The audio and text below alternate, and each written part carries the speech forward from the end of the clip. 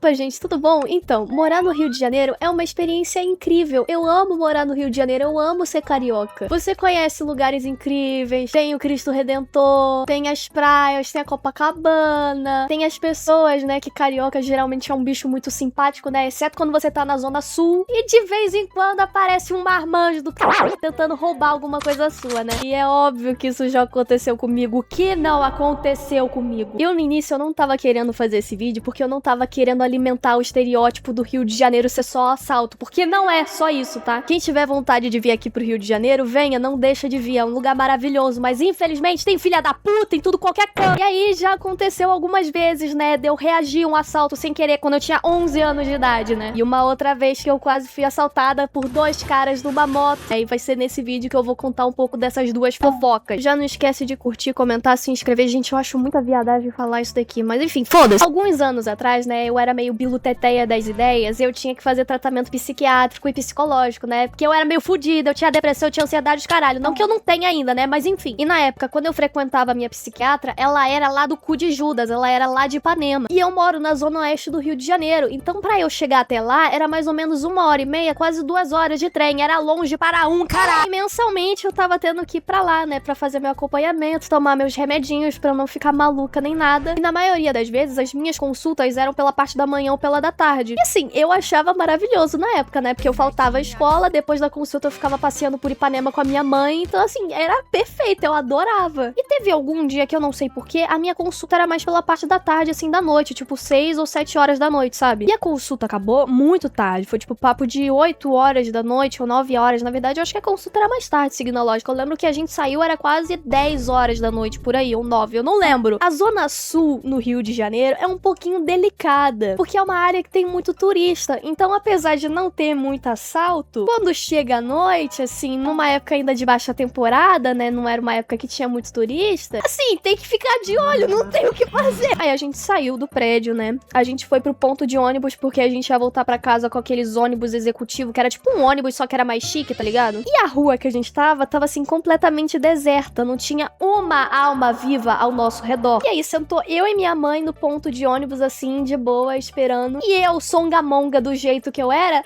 decidi pegar o meu celular, né? Nossa, que ideia maravilhosa, pegar o meu celular numa rua deserta às 10 horas da noite no Rio de Janeiro, né? Peguei o meu celular, fiquei mexendo nele assim numa boa. Viado, não deu 10 minutos, eu juro por tudo que é mais sagrado nesse mundo. Eu só senti um cara puxando, assim, o meu celular. Eu não senti ele vindo, eu não ouvi nada. Eu tava, assim, tipo, concentrada mexendo no meu celular. Eu não lembro nem se eu tava com fone de ouvido. E, assim, eu sou uma pessoa muito medrosa. Se uma pessoa bota a mão no meu ombro, é provável de eu me assustar com isso, sem ela ter falado nada. Irmão, o momento que eu senti o cara puxando o meu celular, eu dei um grito tão alto, mas tão alto que vocês não têm noção.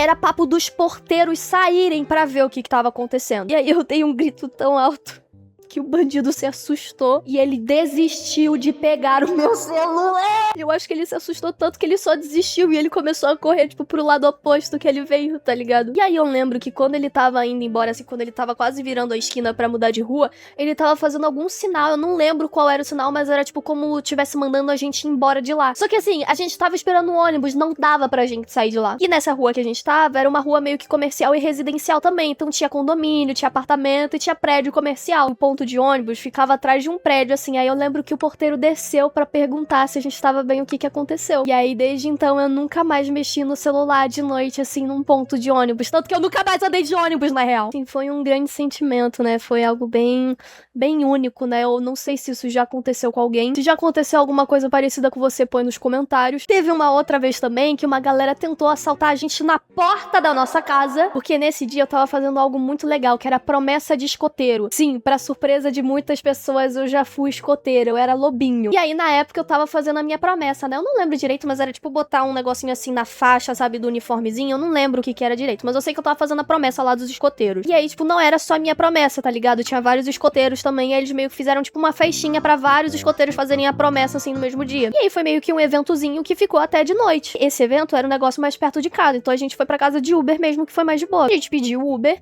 a gente foi pra casa, a gente chegou em casa. Na época, sempre quando a gente chegava em casa, a gente pedia pro Uber esperar a gente entrar em casa pra não acontecer nada, justamente. Aí a gente virou pro Uber e falou: pô, moço, tu consegue esperar a gente entrar em casa pra você sair, pra não ficar perigoso nem nada? Porque era só eu e minha mãe, tá ligado? Não tinha ninguém por perto, nenhum homem por perto. E aí o Uber falou, não, beleza, ficou aqui esperando sim. Viado, a gente chegou no portão de casa e minha mãe foi abrir a bolsa dela, né, pra pegar a chave do portão. Moleque, sem caô, apareceu 2 caras numa moto. E eles ficaram assim atrás da gente, tá ligado? E aí até normal, né, porque de vez em quando, sei lá, vai que é um cara que morava aqui perto, era um vizinho, ou sei lá. Só que aí, um dos caras, o que tava atrás, ele desceu da moto. E ele começou a vir pra nossa direção. Aí eu comecei a cutucar minha mãe, assim, desesperada, né? Ela viu a situação. E o outro mano que desceu da moto, eu não sei por que caralhos, ele começou a mexer numa das plantinhas da minha avó que fica assim na rua. Que a minha avó tem um monte de plantinha assim no portão pra ficar de decoração.